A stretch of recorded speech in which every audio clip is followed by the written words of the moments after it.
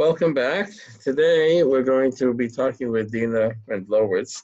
Deena is a senior supervisor at the Family Institute and has just taught our trainees a course on basic counseling. And what we're going to do today is to discuss how the corona crisis affects therapists, how it makes our job different, and the challenges and some possible approaches to how we use ourselves differently. So it's a continuation of a basic sense of how we talk to people. Now we're talking to people who are in a corona crisis. So Deena, first you want to introduce yourself? Right, sure. Hello, everyone.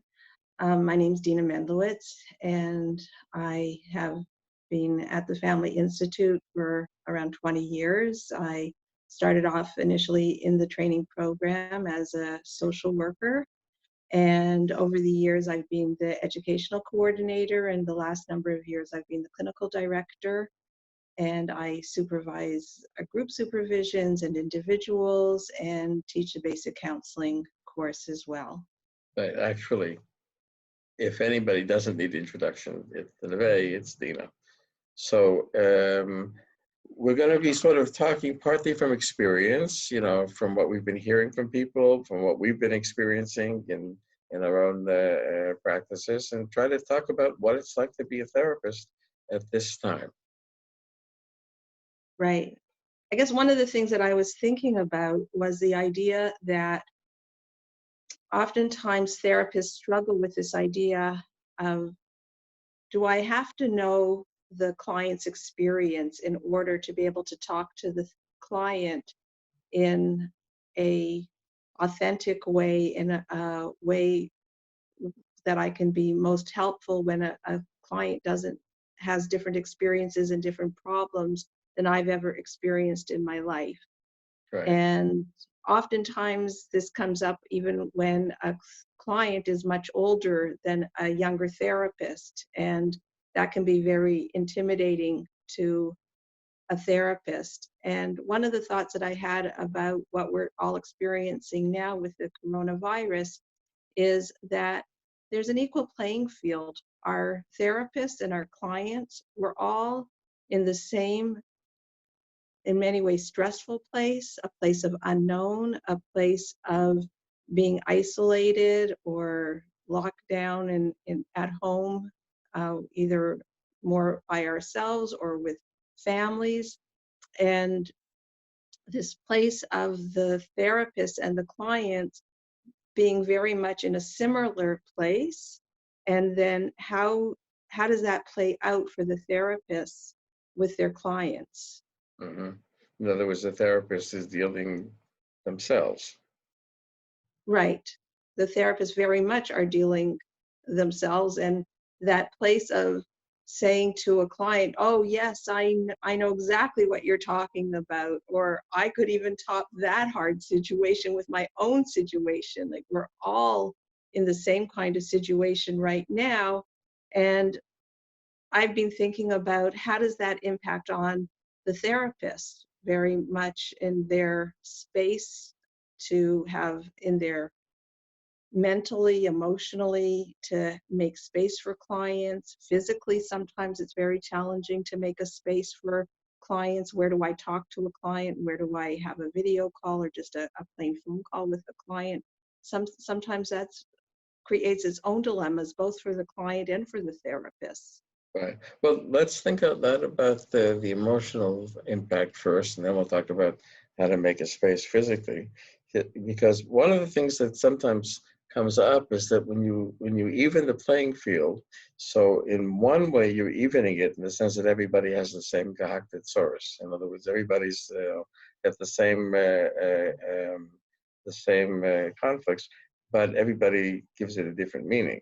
And one of the things that sometimes happens with somebody who's had a similar experience is that they're too sure that the way that they experienced it is, oh, I know exactly what you went. We never know exactly what went on. And particularly, sometimes it brings us, let's say a client is experiencing corona in just the way that I don't want to experience it. I don't want to go there. I have my other way of doing it. And they're bringing me to some place that I personally, right now, not in the past, and been worked through in psychoanalysis, right now, I find it hard to go there. That scares the daylights out of me, and they're in the middle of it. Right. I think one of the things that we spoke a lot about in basic counseling course is this idea of therapists not making assumptions about clients' experiences. And what you're saying very much touches on that, which is that we run a high risk of saying, oh, we're all in similar situations, so I can assume that my client experiences just the way I am, and it's absolutely not true. And I think even, let's say we know our client very well and there is some truth to it, I think also in terms of therapeutic value, it's important to allow a client to express their experience in their own words, in their own way, to give voice to what is happening for them in the moment. Mhm. Uh, and, and I think that creates an important dialogue that's therapeutic for the client. So it's sort of like two steps. In other words, the first step is not to make that assumption. In other words, his corona, my corona, they're not exactly the same. We assume they're not exactly. Then, if we can avoid putting my corona on his corona, we have different coronas, then looking at the details of the differences between my corona and his corona, we actually get very close to, by the differences, it's a tool to understand, it's an empathic tool. If you can, but you have to be emotionally able to use the tool. Right. And I also think you touched on something that is very important and very relevant for therapists, which is what happens when we're ourselves in such a delicate situation, very sensitive to our own well-being and well-being of people that are close to us. And if a client starts talking about things that we're not comfortable with or that we're afraid of, and we don't want to hear what they're saying because it really does touch something that's very sensitive and hard for us to embrace and to be involved in a conversation with those Right. kind of ideas. Right. It's really easier to talk about the past because you assume that the therapist, if it's not with the first client or before the first client, it'll certainly be after the second or third, that they need to go through their own past because it keeps coming up. And therapists take upon themselves to work on themselves in a way that if you're not doing therapeutic, you don't need to. You're okay. But you need to be more than okay to be able to hear all these things. And that's all in the past. So I've had my chance to be through it. But my corona now is in the present, and so is his. So I haven't really had a chance to work it through. And sometimes I start online, start to work through what's troubling me while I'm supposed to be helping him with what's troubling him. And he probably feels it. Right. And I think also for a lot of therapists, that's a moment where therapists feel like they just freeze. They don't know what to say. They are like a deer caught in headlights. All of a sudden, they're just paralyzed. And that's a very scary moment for therapists to be in when they might even feel internally their own heart rate starts to race and they might feel themselves get sweaty, like they've just being touched with something that has created a big reaction internally for Right. themselves. For example, if you And have a sibling, God forbid, or a cousin who's on a respirator and somebody starts to talk about something like that, and it really is this sort of level of pain and anguish that there's no reason why it should be worked through. It's there, but it's coming up with the client. So if we're supervisors, what should we tell the deer at the time that the lights are freezing him? well, one of the things that I like to say to people, to the therapists, is that's the moment that you just take a deep breath within yourself and maybe even two. And it's okay to say to a client, I need to think about what you're saying for a moment and just sit with it for myself, just to take it in. And while you're taking it in, you're doing some real quick work within yourself to say, right now, I'm here in the service of my client. Right now, I have to calm myself down and be present and be able to focus on what my client is saying to me and I am going to put my package of what just got touched within me over there on that shelf, and I'm going to come back to it in a little while when I'm finished this conversation. But right now, I have to be right here with my client. And it's very important to come back later on, either with a friend or a family member or your therapist or your supervisor, and indeed process what just got touched in you in that moment. But these are the kind of moments that help therapists grow themselves so that they can then sit more fully, more present with a client, and they're also able to grow themselves. And when we grow ourselves by finding out what are the spots and that touch us and what are the things that we have to explore within ourselves, not only does it help us become better developed as therapists, I think that that's also a key instrument in helping us prevent our own burnout. Because the more that we can attune to our own sense of self, to be more attuned to the things that hurt us, that scare us, that bother us, and that we can talk about it and understand it more within ourselves, then I think those are the kind of things that help us in the long run be able to stay in this field for many, many years, throughout our whole lifetime. But I think a lot of times people get burnt out because they don't attend to their real delicate spots of places that get hurt, and they can say, oh, it's the clients that burn me out. But I really believe, in essence, it's really something within ourselves that hasn't been paid enough attention to, that hasn't been heard with enough compassion, either from self or from someone else, that allows us to sort of like undo a knot and then move forward. Right. So the therapist, there's an important section in a book that you and I probably read 10 times in training, which is Frieda Fromm-Reichmann's book on intensive psychotherapy. I don't know if it was in your time. In my time, everybody read it. There's a section there that says the therapist has to have resources. In other words, you can't be living a life of deprivation and horror and expect yourself to listen to other people's problems. You have to create a life that's adequate for you. And so what you're saying now, you're adding to what she said there, is that this is a real-time crisis for everybody.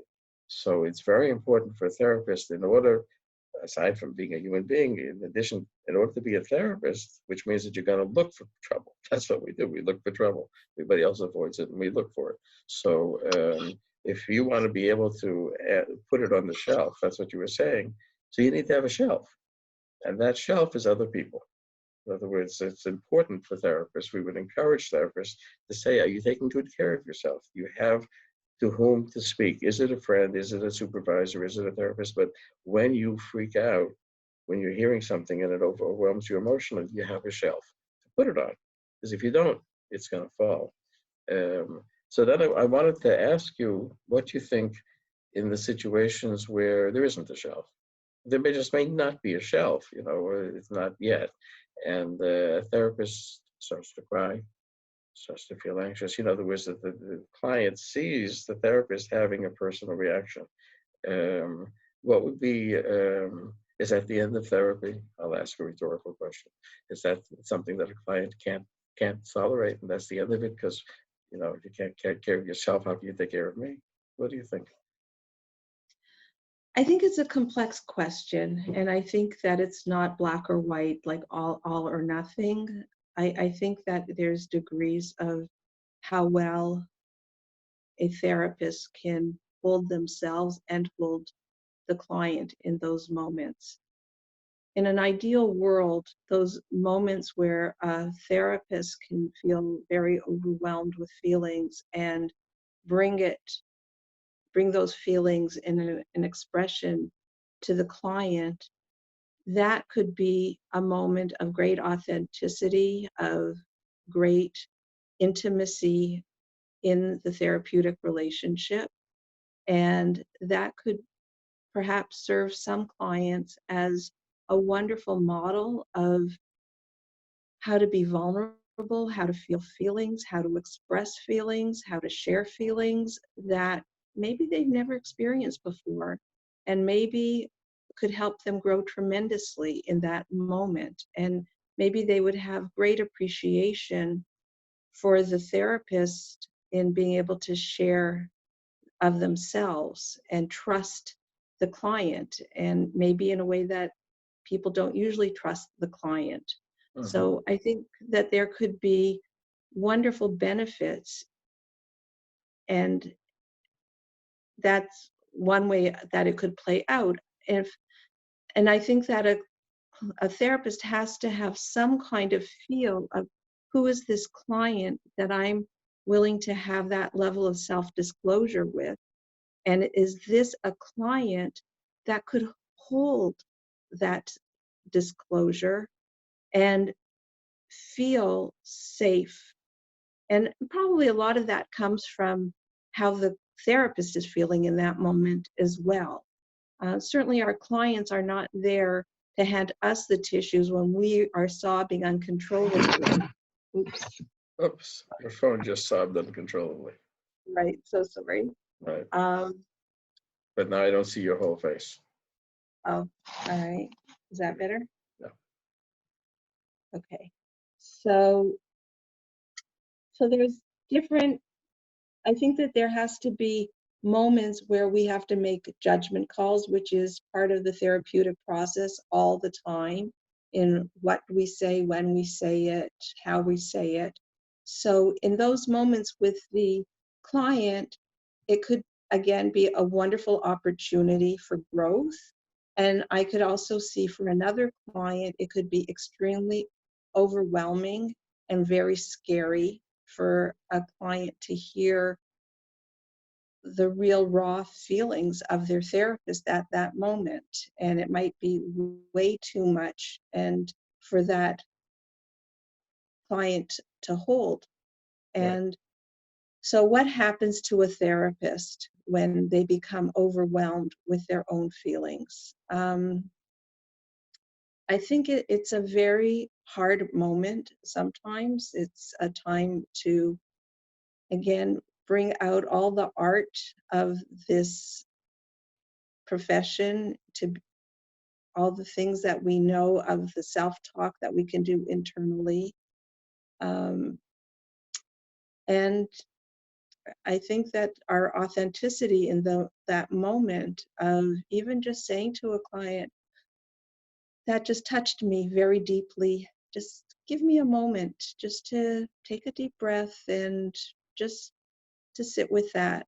And even, that's like another level of saying something real just touched me and happened to me, but I don't have to share it all with you. Like that again is a way of a therapist being able to be mindful of what is helpful for the client in that moment, but not totally negate themselves. I've found myself many times over the last few weeks saying to many clients, we're all in this together. We're all in a similar situation. And I think in some ways, the normalization that all of us are doing something together, that we all have a common struggle, is something that can be helpful for many, many people. But I also know that there's some clients that find that attempt at normalizing that we all share something together in some ways insulting to their experience and their feeling of I'm unique and my problems are unique and no one can have a experience that compares to how I struggle in the world. And Right. again, I think that's part of our really knowing our clients and being very, very fine-tuned into their experiences and how they react to us and to the world. So in some ways, this corona instability, it's an emotional instability, it's a social instability, financial instability, it's every kind of health instability. that it takes our trainees like 3 steps ahead. Um, Hopefully they'll catch up. In other words, it's a kind of a challenge that I don't know if we would choose to have people in training deal with Corona. We'd probably choose to finish a couple of years of experience, as a therapist, and then have to deal with it. There's something about the closeness, the intimacy, the difficulty in balance, and that very special moment when you say, I have my role, you have your role, we're both human. And right now I'm being human, I'll be back to my role. I will be back, but I'm not in it right this moment. And then that special part, which I think some clients may need reassurance, and it's not your fault. In other words, you haven't overwhelmed me. Because if there's anything that scares the daylights out of a child, it's that their emotional difficulty creates triple the difficulty in their parent. That's something that's unbearable. So, we want to make sure that they understand that it's not you, it's Corona, it's me. And I suppose that now that we're using screens, see, if you're using the phone, it's sort of easier because they can't see you. But if they can see you, you might say, listen, I'm going to put the phone down for a minute. You don't have to be on screen until you sort of recompose yourself. And you tell the person, it'll take me 3 minutes, but I will be back. And the I will be back is, you may not feel it at the time, but it's something that the client really needs to hear, because otherwise they don't know. Maybe you're gone. Right. I think those are very important points. I think also I was thinking about this idea of how one greets challenges. And this is certainly a challenge for everyone in different ways. And I think not only do we interact with clients and have a new door to enter into exploring how they greet and engage in challenging situations, but for the therapists themselves, I think before we work in that direction with our clients, it's an important place to stop and ask ourselves in terms of how do we as therapists greet our own personal challenges? How was I taught to engage or not engage in challenges in my family of origin? And how have I met challenges in the past? And can I say no to some of my challenges? And what does that cost me? Or must I embrace every challenge and no matter what, whatever it's going to cost me, I still can't back down from it. So I think that now for therapists, it's also a moment of great honesty of meeting self and saying, what can I do? What can I offer my clients right now? And at what cost? Or at what benefit? Because sometimes holding on to the work of being the therapist for other people can be very supportive and helpful just as an individual going through some of their own challenging situations at home, being locked down and not Sort of going out very treating often. ourselves by treating other people. It Right. does mean, though, and that's something that I guess we would want to um, make more explicit to our trainees, is that supervision becomes not just technical. In other words, the work is becoming much more personal, and so supervision is open to that. In other words, to be a therapist in Corona times is not the usual track of training to be a therapist, and brings things up helter skelter in different ways, like the challenges and how you deal with challenges. So you may not bring that up so much in supervision, but it's going to be hard to avoid it now. And that's where supervision is going to become also a little different. Right. I know my experience over the last few weeks with people I supervise is I say, wait, before we start talking about any of your clients, I need to hear how you are, what's happening with you, how are you managing, and there's a wide variety of different experiences for Mhm. people. And Some that's not people just you're being nice. I mean, it's really part and parcel of supervision. You can't do supervision absolutely without it. no, because you absolutely, I think, as a supervisor, we have to really check in with our supervisees and see what's happening. And if your supervisor might be overwhelmed at that moment and not checking in, I really encourage our therapists to say, wait a minute, before we start talking about clients, let me just check in with you and tell you how I'm doing. Right. And because I think that's going to be the place where the conversation begins with, how are you doing? And how are you able to hold your clients? And how much patience do you have? How much compassion do you have? How much can you engage? Where's the time that you have? And just emotionally, how exhausted are you, or how refreshed are you to engage in a deeper kind of conversation with your clients? Right. Right. So now there's another question which comes up, which is that therapy, even family therapy, usually looks to the past. Family therapy sometimes looks at the current interactions, but we usually say to ourselves something went wrong somewhere if things aren't working well. And we try to figure out, in addition to what to do now, where it went wrong in the past. So the past is a big part of our thinking and what we try to focus on, even in family therapy. Certainly, Bohemian family therapy is about the past, as that gets you to understand where the differentiation is and then what you can change. But differentiation was created in the past, the triangles and so forth. Um, and right now in Corona times, we're dealing with the present, and we're dealing with an unknown present, which sort of throws a wrench into how we think about things. Right, very much so. However, I think that none of us, and certainly none of our clients, were created in Corona time. We all have pasts, and we all have had not this specific challenge, but we've all had challenges before. We've all had families and come from families that have had challenges. Again, not this specific challenge that we're facing all for the first time, but I think that the experience in the past of how we've greeted challenges, how we've embraced our challenges, or learned from our families about how they've engaged in challenging times, is very instrumental in what we expect from ourselves today, and where we can also help our clients think about themselves in terms of how is this similar or different from what's happened to you in the past.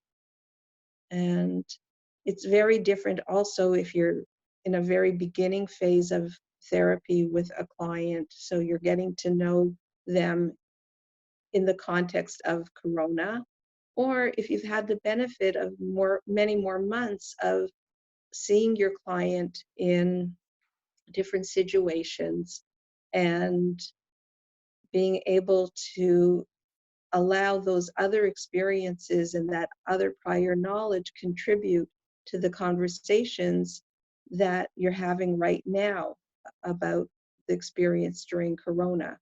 And hopefully, part of that is also knowing a lot of the resources and strengths that clients have that can come to bear in helping them through this crisis as well. Mhm. Right. So this is going to lead us, but you may have some things you want to talk about before, to the question that you raised before about how you create the setting. What kind of setting do you create in this kind of situation? Because it's not just that we're doing telehealth, we're doing telehealth at a time of crisis. Right. Well, I think that I would just add, similarly to knowing our clients, this idea of this going back and forth, a parallel process between understanding and seeing what happens with our clients, and understanding and seeing what happens within ourselves. And the way that therapists know their strengths, they know where they've had their challenges, they know where they've had a lot of emotional generosity and energy towards clients, or they know times when they've shut down or being exhausted and not available. So these experiences, I think, become very fine-tuned in this moment, for therapists to be able to gauge how accessible they are and how much they're able to be free and open to engage in the therapeutic process at this moment. Mhm. And sometimes with some clients, they may not be so open. It may be too much. It exactly. I think that for some people to be honest with themselves, it might be too much. It might be that people are at home with young children or challenging adolescent children all day long and without a break. And when it comes maybe to later in the evening when the house is finally quieter, they're exhausted.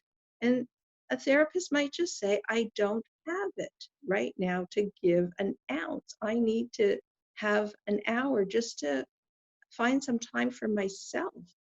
And I think that as a supervisor and as a clinical director, I feel very responsible to encourage therapists right now to really be honest with themselves about what what they have in terms of their time and energy towards clients. And it's not a judgment of someone being good or bad if they can or can't do it.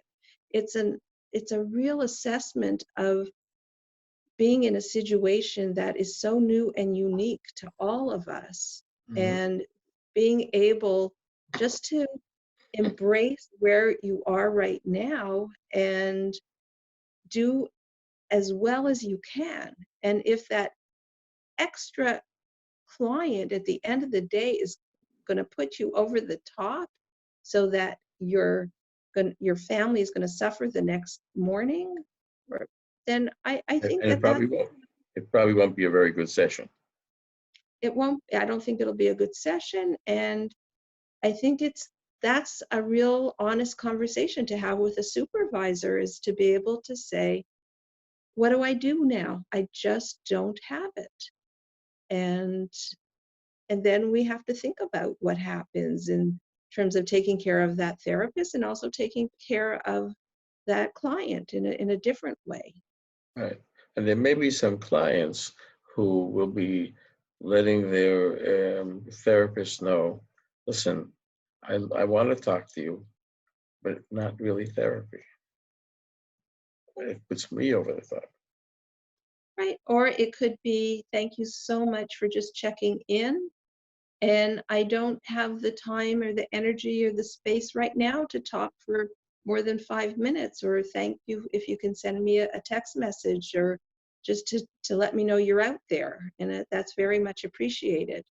I Hmm. don't know anyone at this time that is going to not appreciate some kind of message of support and that I'm thinking of you.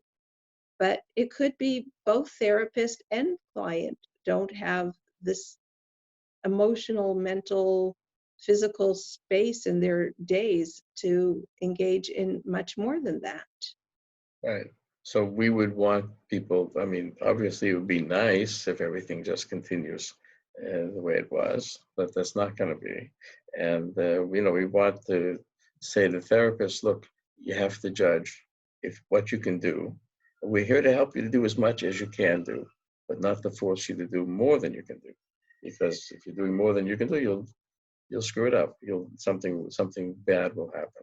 It's like the health system doesn't have that luxury, so people are in long shifts. They make mistakes because they're in long shifts.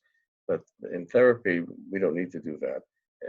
We don't need to do bad sessions where you're not really listening, where your kid is screaming, where you're over the top. There's little to be gained. It's not like you put in an IV whether you're tired or not tired. You have to put it in 5 times if you're tired, but you get it in. The patient needs it. The therapy doesn't work that way, and we have the resources that we have, and we also want to preserve the resources. And I think probably every bad session leads to another 2 bad sessions, whereas not doing it until you're ready is probably better overall in terms of yourself as a resource. Right. I think also if we could just broaden the picture from the narrow scope of Corona, what you're saying also touches me in terms of other conversations that I've had with other therapists over time when, let's say, a therapist that had a very big practice dealing mostly with adolescents and their families, and their children grew up, and lo and behold, there were some challenging adolescents in that therapist's home. And you know that for a number I think of years even, that therapist declined referrals for adolescents and just wanted to change the focus of their practice because it was too close to home. And so here we're all dealing with Corona, but I think that the learning that I took from listening to that story from that therapist was to say that a therapist doesn't have to feel all the time that they have to be on and they have to be able to do it all. And I was very impressed when I heard that story and that I understood that that person was really saying, no, stop. There are times when something is too hard, too close to home, too overwhelming for me, and it's not appropriate this moment for me to be working, either working at all, and certainly sometimes that happens, or working with a particular population that is going to push too many of my very sensitive buttons at this time. Right. So again, I think this idea of therapists needing first and foremost to be very honest with themselves, with the people in their household. What are the needs that are being balanced and juggled around? And is there enough space to also wear the hat of a therapist at this time? Mhm. And how Now, to wear right. it? Now, one of the things that I think we're probably going to hear about is clients who were coming for therapy and have changed the conversation to give me advice. Right. Well, it's interesting. One of the things that I think often happens in therapy is that people become therapists because they want to help people. And not only right now, in terms of Corona times, are people seeking concrete suggestions, but there's a much higher level of physical need and sustenance demands that may not be getting met, like people losing their jobs, people not having an income. And I know that from some of our therapists that just being faced with clients' dilemmas about money right now, and to the extent of a therapist saying, look, what do I do? Do I write a check to this person? Like, how do I help them? And or people feeling clients feeling very overwhelmed at home and not having all of the adequate resources to manage alone, either being alone, which is a huge struggle, or being overwhelmed with too many people in the house and all the conflicting needs and challenges of a very busy home. Well, that raises another area which maybe we should talk about first, because it comes first, which is, most therapists have a good heart. And, the ones who don't make it very far. Sorry. Did I say something not good? Um, um, and so there's a tendency, especially among young therapists, to want to do physical help. In other words, that they might really feel like maybe I can write you a check. And it's worth remembering that, although all the stories about Freud or, this distant God knows what, that the guy who we referred to as Wolfman was at his family's table for dinner every night during World War I because he had no place to eat. And so there's something about the intimacy of entering into people's lives which pulls us, if we're in a better situation, towards concrete help, towards thinking about, you can't do therapy if you can't eat. And so, even from the point of view of therapy, how are you going to eat? How are you going to sustain yourself? How are you going to pay the rent? And that kind of concrete help, I think that in times of crisis, at least, that usually the answer is, look, you're being pulled in, but, society has its whatever it does. Well, society goofed. It doesn't have all of what it needs right now. And so what do you think about that? Well, I think that it's a very almost slippery slope that we can start climbing. It's something very compelling, and I absolutely agree with you that people come into this field because they have very generous and kind hearts. So of course they want to reach out and help their clients. And I would even say that sometimes it's appropriate, and maybe those are times that, again, I think a supervisor can be a very good sounding board in terms of checking in with what I'm doing as a therapist. Is it appropriate? Is it helpful? But I also think that these are times that we can help, hopefully, our clients develop resources, dig deeper within themselves, to challenge them, to think about the other people in their lives that could be helpful to them, what stops them from reaching out to other people, what would it be like if they could reach out, and maybe to hold their hands somewhat as they stretch, and maybe they dare to take some risks doing some other kind of reaching out that they normally wouldn't do. And that might be to family or to friends or to neighbors, and it might be to community resources as well. Um, In other and words, I, we get sort of pulled into the system as agreeing that there ain't nobody there and they're all a bunch of whatever, and so I'm going to save you. That wouldn't be a good way to do it, to take out the checkbook. And by that colluding at the idea that everybody else hates you, that wouldn't help, right? But there might be moments, and so what you're saying, I think, like at the music of it, is that I think it's important for a therapist to realize that in a time of crisis, the usual rules you have to look at them flexibly. In other words, we usually say, look, if you want to do concrete service, don't do therapy, but therapy is not concrete service. But when the concrete services are inadequate, and you've entered into an intimate relationship in people's lives. You're there closer than anybody else to know if they're hungry, you know how they're hungry. If they don't have what to give the kids, you know what that is about. And that I think it's important for therapists to realize that an absolute no is not for these times. So therefore, the supervision is stretched also. That it's not an automatic don't don't help them concretely. It's how would it work? What are the other options? What would it mean? But it's not an absolute. I think that's important for therapists to realize that it can't be an absolute. The rules are written for regular times. This is not a regular time.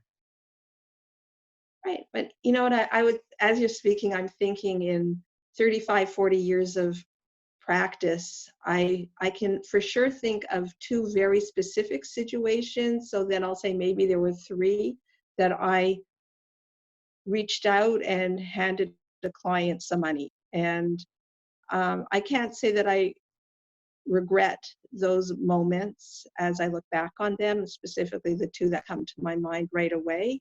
Mhm. Um, but I think also knowing that it has happened so rarely over the years um, is also an indication that this is something as therapists that doesn't happen very often. It might happen, what do we know? It might happen more during these times.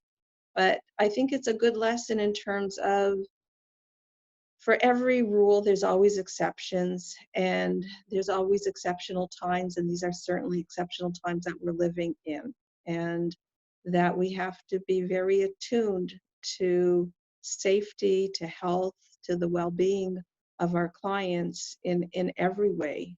And I think that's a very, very important message that is important to hear and for us to give to people.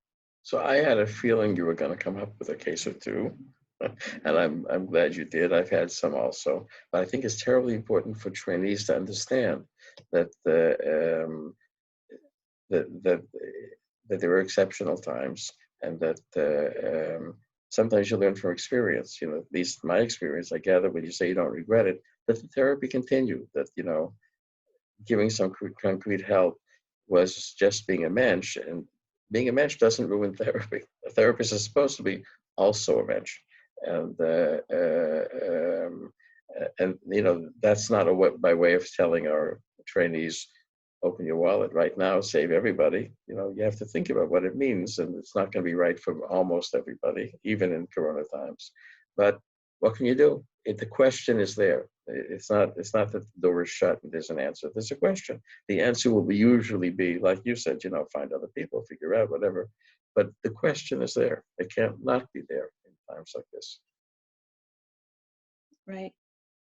I think also, similar but a little bit different in terms of topics is this idea of tolerating the ambiguity of the situation. And that's often something that's very, very hard for therapists in the beginning of practice, and sometimes later on, depending on the situation, of just the level of anxiety of not knowing what will be. And we certainly are all in a situation right now where none of us knows what will be and how this will play out, how it will end, when we'll get back to whatever was normal before.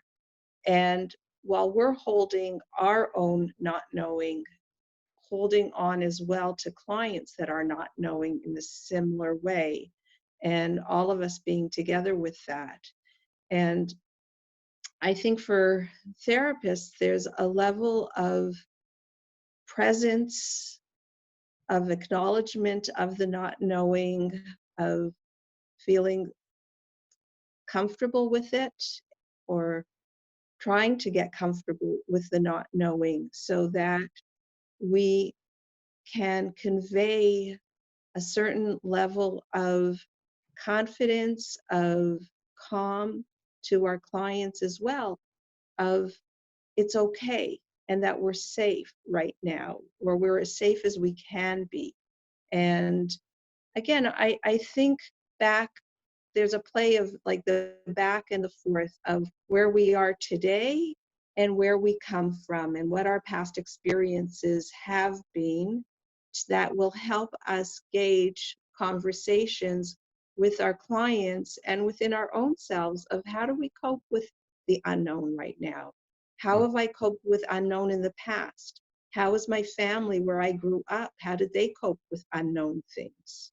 Right. And so I think that there's a very important interplay between the present and the past. And even though we're all in a present together, what we had said right in the beginning of our talk is that everybody is so different. And the assumption that even though it looks like we're all in the same place, but all of us have different experiences of what today looks like. Right. And so I wanted to get back to this question. You put it to the point of concrete help, which I think comes first. Now, if we go back to this question of asking for advice, and that's a complex question, because a lot of therapists may feel that they have some concrete advice that they could give that would be really helpful for their clients. They know their clients, they know their limitations, and rather than put it in terms of you give advice or you don't give advice, or what do you think this is, coaching, this is therapy, or those sort of divisions. I think the question that I wanted to raise is, how do we help therapists to preserve the therapeutic relationship and the therapeutic work, while sometimes needing to deal with how to solve concrete issues without seeing it as one or the other. Right. Well, I think what we said just a few minutes ago is very relevant. This idea of we have our plan, we know what we're supposed to be doing, and there's a lot of supposed to be's that we're supposed to be having the therapeutic conversations Right. and asking a lot of very good questions and helping people explore themselves in a deeper way. And then there's always exceptions. And we're living, especially now, in a time of no absolute, there's ways of doing anything. There's always going to be moments of exception and moments of veering off the course. And sometimes we do have some concrete information about a service or something that could be helpful to a client. And I, for one, have a, a big amount of flexibility within myself to be able to embrace that we can do many things in our role as therapists. And Right. I don't like to lose sight of our primary role as doing therapeutic work. But I think when there are some very specific questions that people have or specific ideas that we have that could be helpful to clients, I guess I'm wondering, why wouldn't we say something to them? Why wouldn't we be Right. helpful to our See, see, clients? see that's what I was thinking as well. In other words, the word flexibility is not a word that usually comes in the first year or two of training. You know, usually in the beginning of training, what you do is you refrain from the usual things that people do in order to be able to open the space to do things that usually people don't do. But and so flexibility, I think, is a real challenge, you know. But in some ways, for trainees, it helps them to specify what is the therapeutic role, not because that's the only thing I ever do. You know, you can imagine somebody, you know, it's sort of a caricature, but you know, somebody the client has 6 kids screaming in the background. And the therapist is saying, well, I wonder. And she says, I don't want you to wonder. Enough with this wondering. Tell me what to do. I'm going nuts, right? And so a therapist could say, instead of, I wonder why you're saying that, because I know perfectly well why you're saying that. And as a matter of fact, I have 5 kids in my screaming, you know, could say, you're right. You know, this isn't the right time to be wondering about it. But then the question is, you know, do you say, well, here's what to do?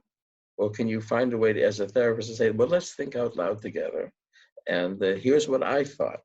You know, I'll think first because you want to know what to do. So I imagine that maybe something like that, but you give them room to recraft it. In other words, it's not like we have the answer, but we have some beginning process towards the answer, which is a possible answer, which they can improve upon. And that I thought was something that would be important for people to think about as a way of thinking out loud about concrete things without losing the role of the therapist, but without, you know, because we respect our clients, so we think it's all going to come from them. But in Corona times, a lot of stuff is not going to come from them. It's just not. And if it can come from us, the question is how it comes from us. What do you think? So I think that's a lovely idea. I would add to that, and one of the things that we spoke a lot about in the basic counseling course was this idea of being tentative, and that we can say an awful lot of things to our clients if we present what we say in a tentative way. I'm wondering if, I was thinking, what do you think about this? And when we're trying to make suggestions about what could possibly be helpful, I think we also have to keep in mind this idea that what was helpful for me might not be helpful for my client. Right. Or I might say something worked for me and my kids or my family, and it might make them feel very overwhelmed or feel like, "Oh, well, I could never do that. Like, of course you could do such a thing, but I could never do such a thing." And then just where we're trying to be helpful, we end up doing some kind of a damage because the client then feels less than and inadequate or incapable. And that's certainly the farthest thing that we wanted them to feel at that moment. So I like that idea of saying, can we think together about something? And then I would add on this idea of being extremely tentative with clients about suggestions, because again, it might work for you, but it might not work for them, or it might feel very overwhelming or way above their skill set to accomplish something that you accomplished. Right. And In other words, you can bring them along the road, start to walk on the path with them. Because if they say, "What do I do?" So they're not moving. They're like that deer that's, stymied. And if you want to have them move along, you can start to walk with them. But the best result will be that they say, "No, that doesn't work," but, and then, they leapfrog over you and come up with something better. So you have a conversation that encourages them to get to work on it. But sometimes the first step can certainly come from the therapist as a way of, because after all, all of what we do is to allow them to move, right? So a different skill set, usually wondering helps them to move. But if wondering doesn't help them, then saying something tentatively helps them to start moving. The whole point is how they're moving, not what we did to make it happen. It's successful if they move.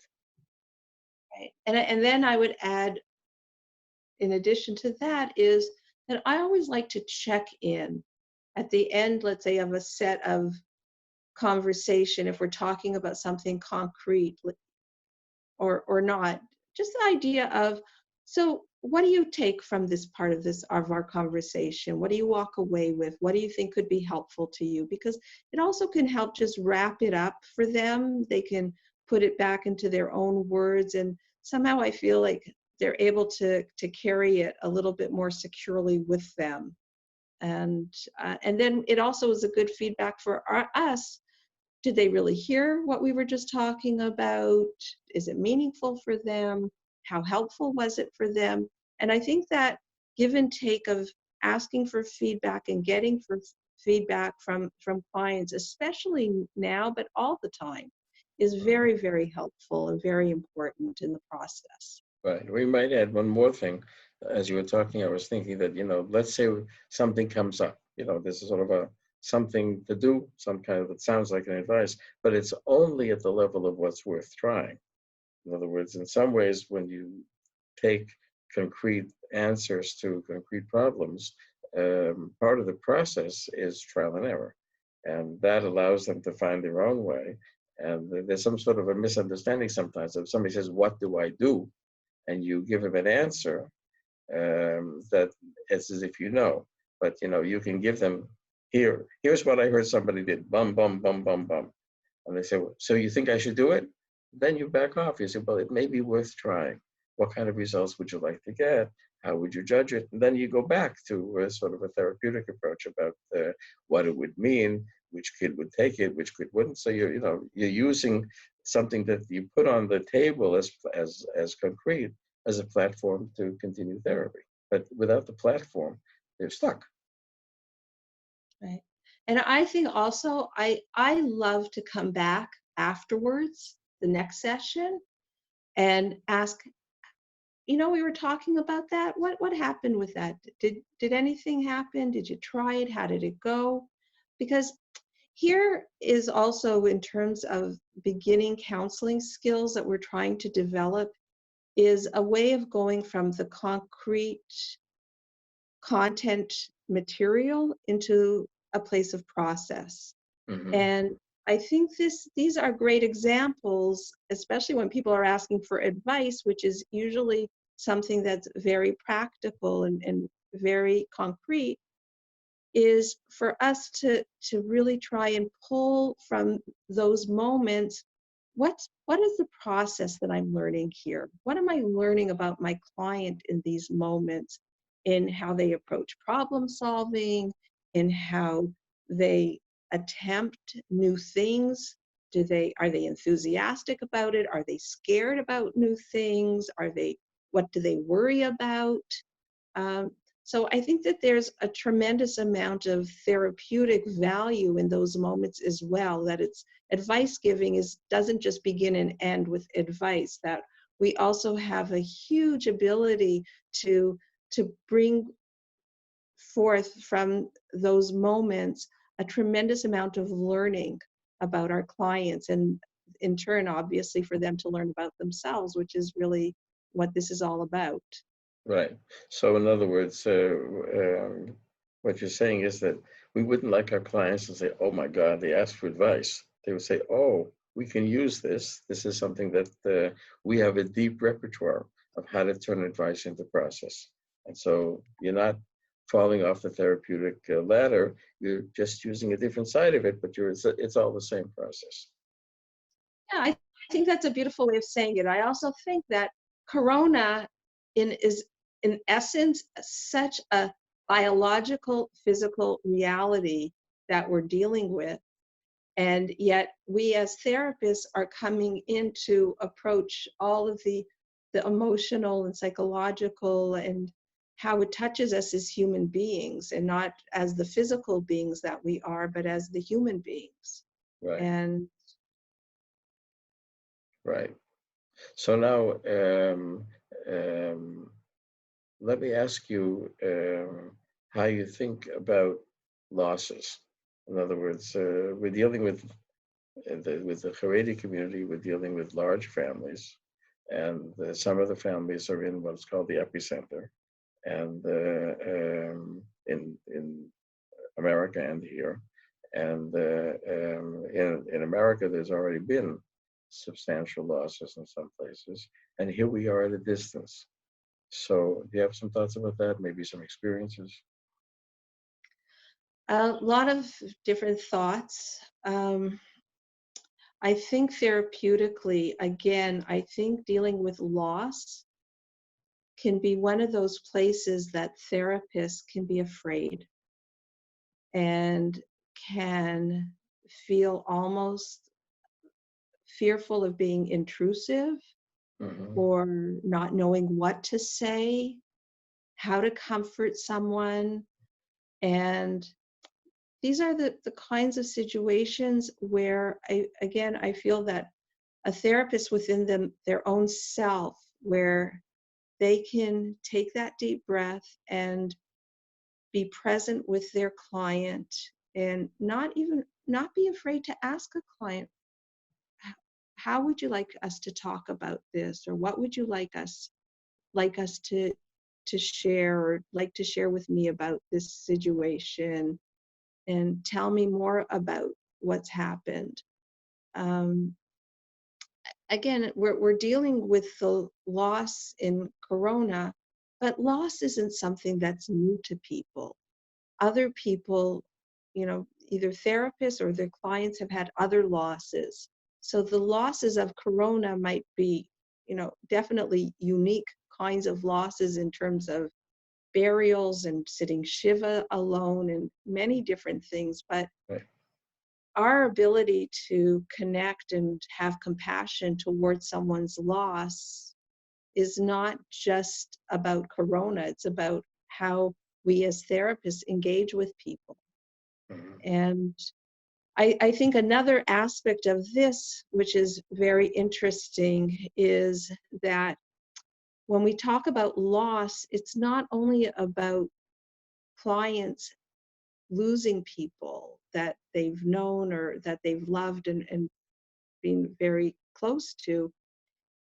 I think everyone on some level feels some level of their own vulnerability with this virus. And so people that I'm talking to are thinking about their own deaths, their own vulnerabilities. And Hmm. what if I die, or what if someone else close to me dies? And I think that's a very interesting conversation that has come up a number of times with different people that I've been speaking to. Hmm. Right. So that for a beginning therapist is like, jumping into deep waters, because when you deal Right. with loss or thinking about your own death, it's a very intimate conversation. It includes everything. It's more intimate than sex. And so that's, I think, where people feel they might be intrusive and not welcome. But in Corona, we're dealing with people who are dealing with losses and are lonely, which is fakir. That's not in the Haredi society. You're not lonely when you've had a loss. That's the one thing you're not, is lonely.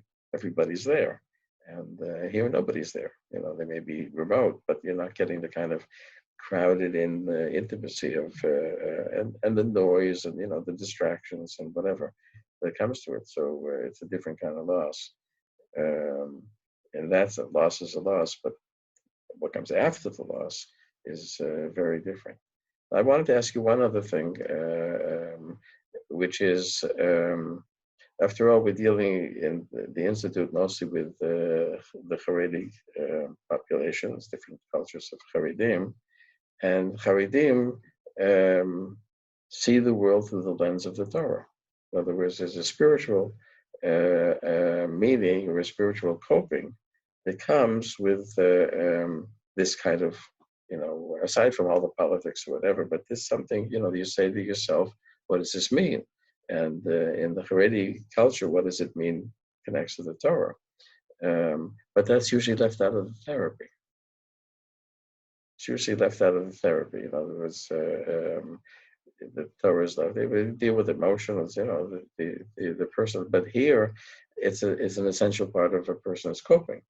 So, do you have some thoughts about how therapists would approach that aspect of um, Haredim and the meetings of Corona? Again, I think that this is something that's an important question, and an important question that is reflects both to therapists and to our clients, and that there's not one answer for any person. I think that each person uses their faith, their spirituality, their relationship with Hashem, their relationship with their community in different ways, and each person has their own experiences.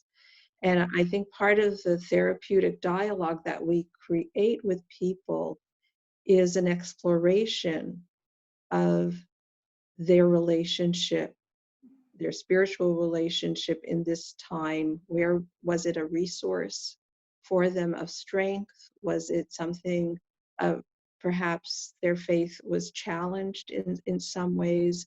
Maybe, you know, I think the possibilities are so endless. And I think, again, coming back to the beginning of our conversation, Right. is this idea of that we don't make assumptions for our clients, that we try very hard to begin conversations and try and pull out and tease from them their experiences in their language that really reflect their experience of being.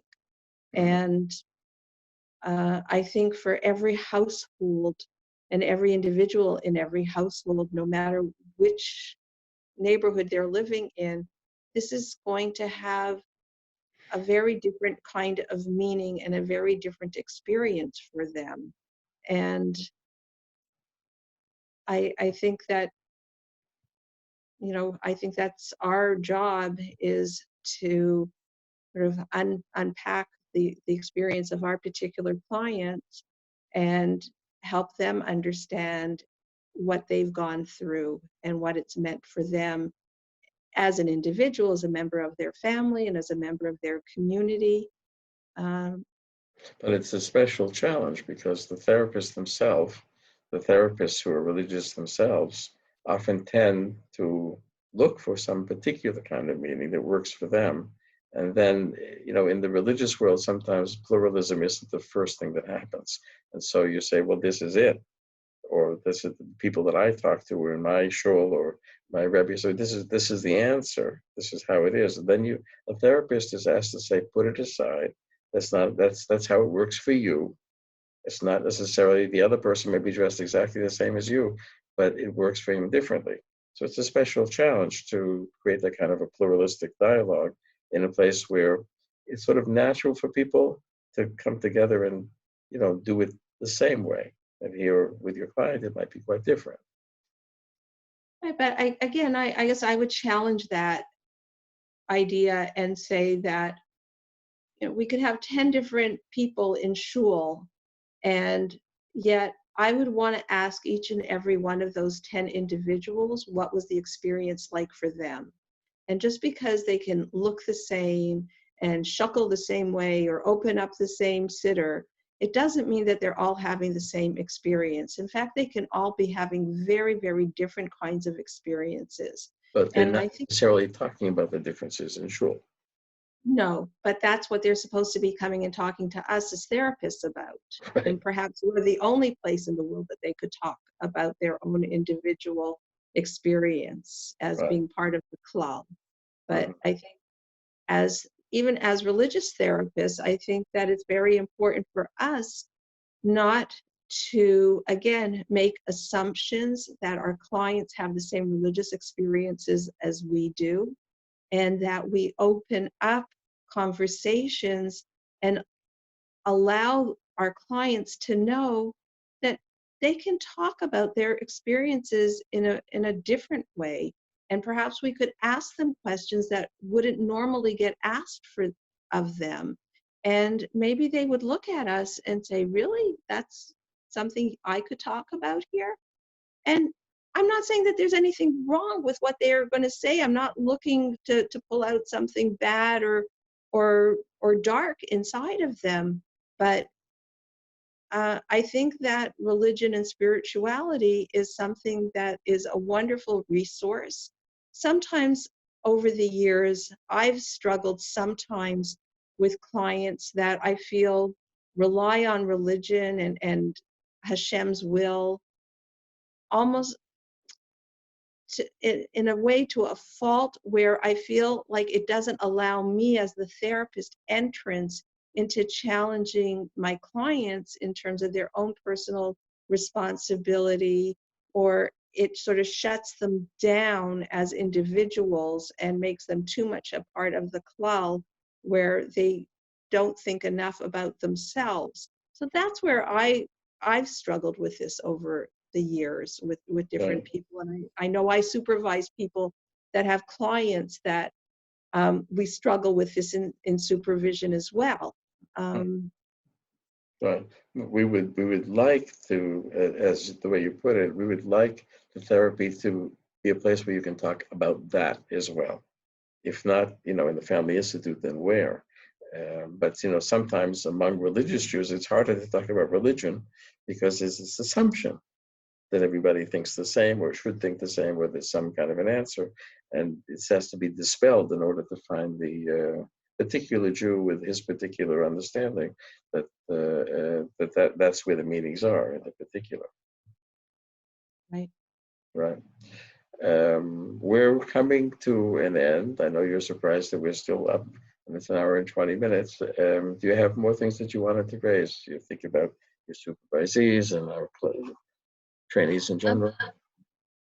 I think, one of the things that I think about often in terms of therapeutic process is just the establishing and maintaining the therapeutic relationship, the therapeutic alliance between the therapist and the client. And I think that our main tools that we use unendingly are our capacity to be empathic and validating to our clients. And I think all the time this is relevant, and especially now during a hard time. I think our clients just really need from us a presence that can really be empathetic to what their experiences are and very validating to them about how difficult this is or how challenging it is, or even for some people that it's a lot of fun and new opportunities. But whatever it is, that our presence with our clients is, I think, is a very important reality, and that we can offer a tremendous amount of support and encouragement through a very difficult and challenging time. Okay. Deena, thank you very much. And I'm going to stop the recording here.